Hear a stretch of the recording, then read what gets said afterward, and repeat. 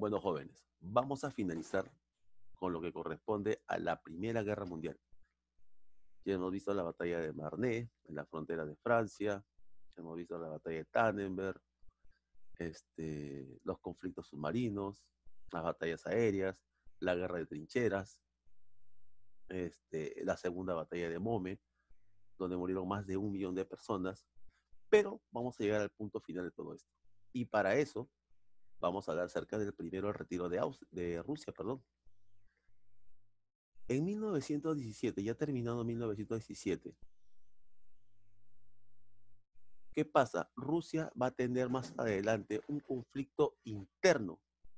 En el conflicto interno, el zar Nicolás II estaba gobernando Rusia, pero se produce la Revolución Rusa. Al producirse la Revolución Rusa, automáticamente es degradado y sacado del puesto al zar Nicolás II, que en ese momento gobernaba.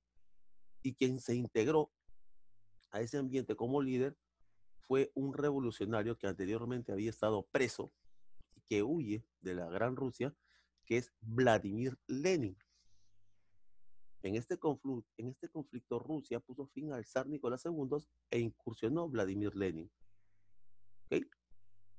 Entonces Rusia se vio relegada a todo tipo de acción bélica, porque no solamente tenía que afrontar la Primera Guerra Mundial, sino también tenía que afrontar un conflicto interno, guerras internas en la misma Rusia. Es por eso que van a deponer las armas y van a decidir realizar la paz con Alemania. Y cuando realizan la paz con Alemania van a firmar un tratado de Brest-Litovsk. En este tratado le van a dar a Alemania territorios que pertenecían a ellos, que era Polonia, Finlandia y los países bálticos que estaban conformados por Estonia, Lituania y Letonia. Entonces, ¿qué pasó? Automáticamente Gran Bretaña y Francia ya tenían menor cantidad de porcentaje militar, porque ya no los podían apoyar por la zona del este. ¿Qué hacemos? Decía. Es allí donde ingresa Estados Unidos. Estados Unidos ya no solamente quería la parte económica, porque ya estaban siendo bombardeados constantemente todos sus navíos que iban directamente a apoyar a Gran Bretaña y a los aliados. Es por eso que se produce el ingreso de Estados Unidos en 1917. Ya Rusia estaba retirada. Seguimos. ¿Qué hizo que Estados Unidos ingrese? Definitivamente. Primero, la guerra submarina, iniciada por los alemanes, como te estaba mencionando, que comenzó a afectarlo porque serían los navíos mercantes de Estados Unidos en apoyo de los aliados, porque lo primero que quería Estados Unidos era ganancia económica. Después viene la Revolución Rusa. En la Revolución Rusa se implementó un régimen comunista y Estados Unidos, sabes que es liberalista, es capitalista. Y esto motivó a los Estados Unidos con la posibilidad y el miedo de que el comunismo se siguiera expandiendo. Y lo que Estados Unidos quería era principalmente el liberalismo y el capitalismo. Profesor, explíqueme un poquito más. De la batalla submarina o de la guerra submarina que hundió sus navíos, incluso la Lusitana, ya la conozco. La Revolución Rusa, acaba usted de mencionarme que se retiró Rusia, por lo tanto, en la parte del oeste, el este, perdón, ya estaba desprotegida. Pero además, Alemania, como vio que también tanto el Imperio Austrohúngaro como el Imperio Otomano estaban siendo debilitados, automáticamente dice, ¿qué hago? Estados Unidos está apoyando a los aliados y no los puedo tocar porque se encuentran en otro continente. Listo, ya sé. ¿Con quién tiene rivalidad Estados Unidos en estos momentos? Con México.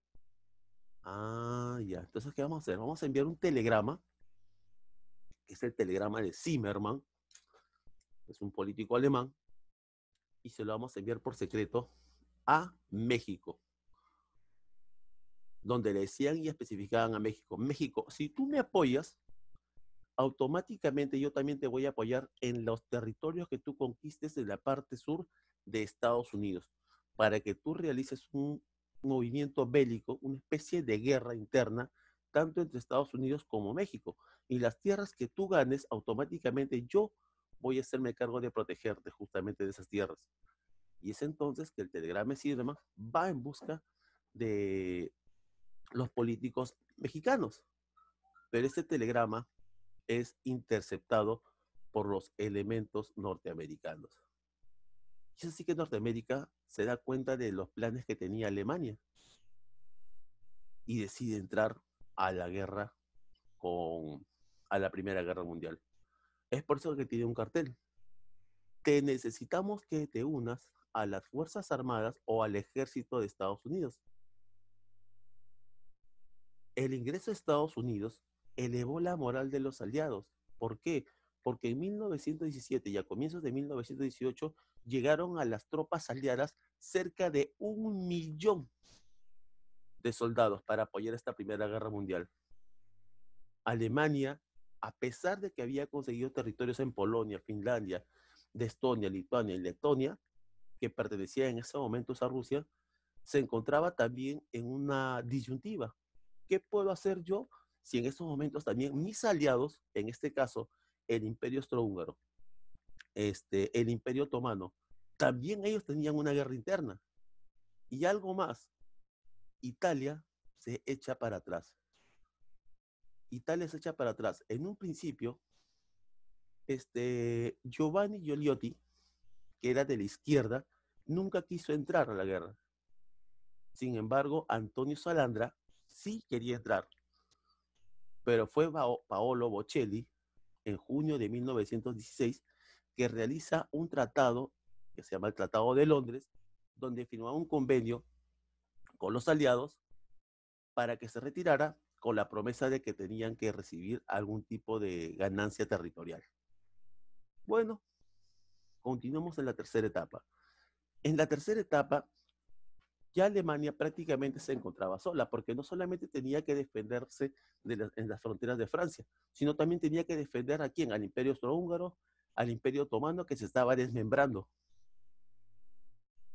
Entonces te muestro, tras el retiro de Rusia, Alemania concentra sus fuerzas en el frente occidental y lanza una feroz ofensiva con todo. Dijo, o todo o nada. Llega una segunda batalla, la segunda batalla de Marnet, que es en 1918. Donde comenzó la Primera Guerra Mundial, allí también termina. Que fue un 11 de noviembre de 1918. Allí, bélicamente hablando, es donde termina la Primera Guerra Mundial. El 11 de noviembre de 1918, en la segunda batalla de Marne, es donde todo el ejército alemán y sus aliados son derrotados finalmente. El Kaiser Guillermo II, que en ese momento gobernaba Alemania, es derrotado y lo retiran. Y se instala un nuevo mando, el mando de Friedrich Ebert. Friedrich Ebert, al ver que ya no había ningún tipo de salida, le pide el armisticio al ejército o a los ejércitos aliados para que se retiraran de la batalla y no hubiese ningún tipo de derramamiento de sangre mayor. Y se retiran. Ya más adelante, cuando Alemania se da por vencido, se rinde, se firman los diferentes tratados de paz. Tras el conflicto se firmaron varios tratados de paz por separado entre cada uno de los vencidos y todos los vencedores, con excepción de Rusia, porque Rusia tenía su conflicto. Como se había retirado, no le tendría que tocar absolutamente ningún tipo de territorio, ni recuperación tampoco de la misma, ya que lo había abandonado en 1917.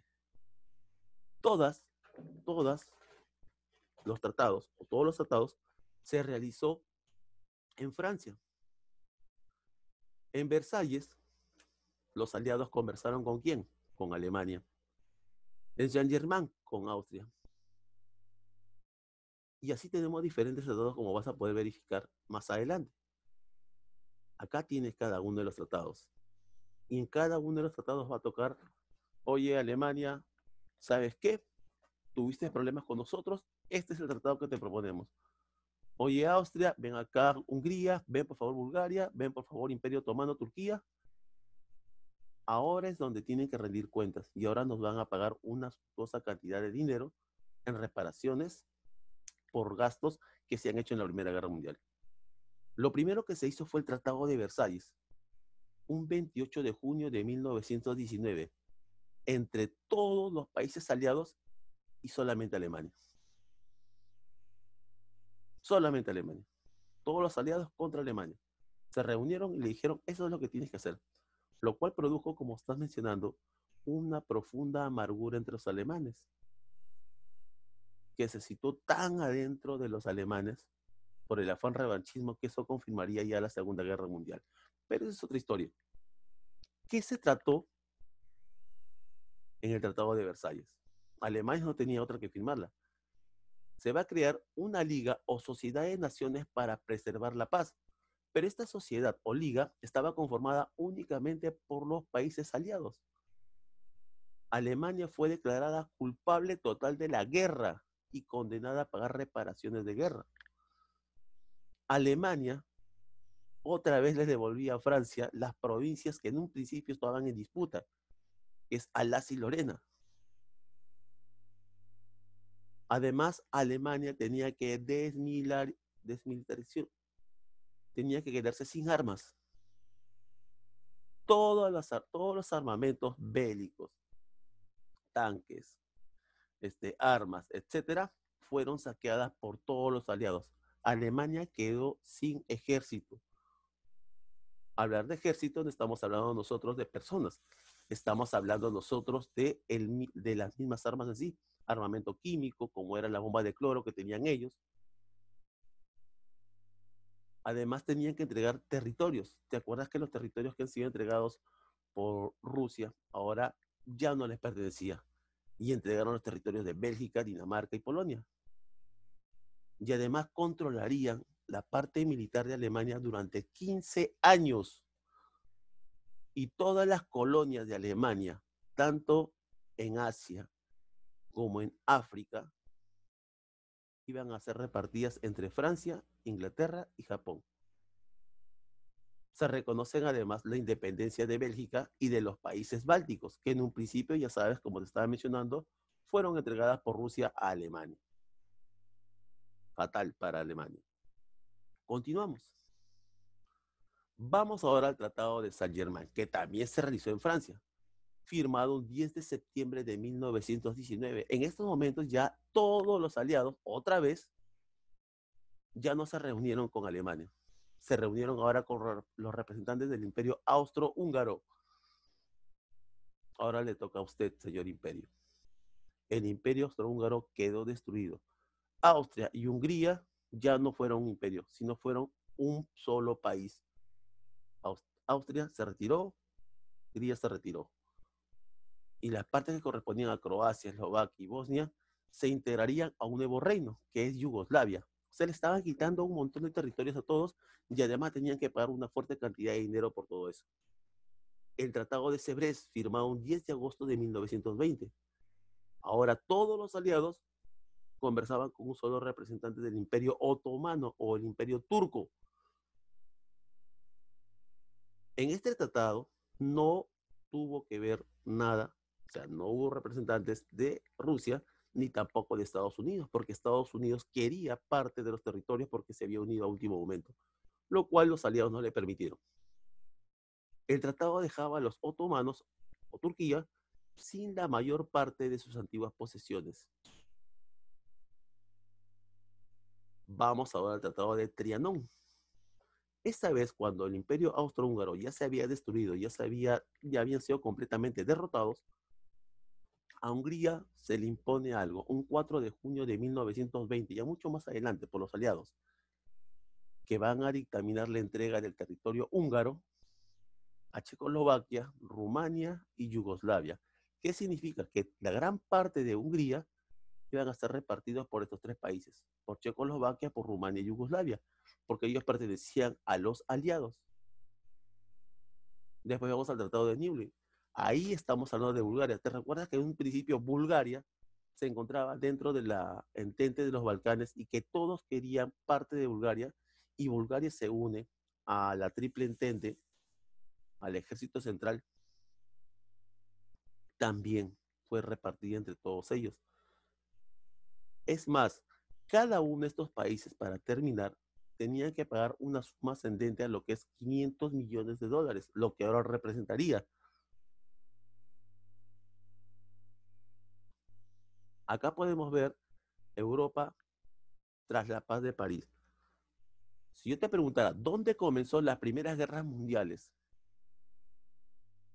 Perdón, ¿dónde comenzaron las primeras batallas principales? Fue en Francia. ¿Y dónde se realizó finalmente todos los tratados? Fue en la misma Francia, fue en París.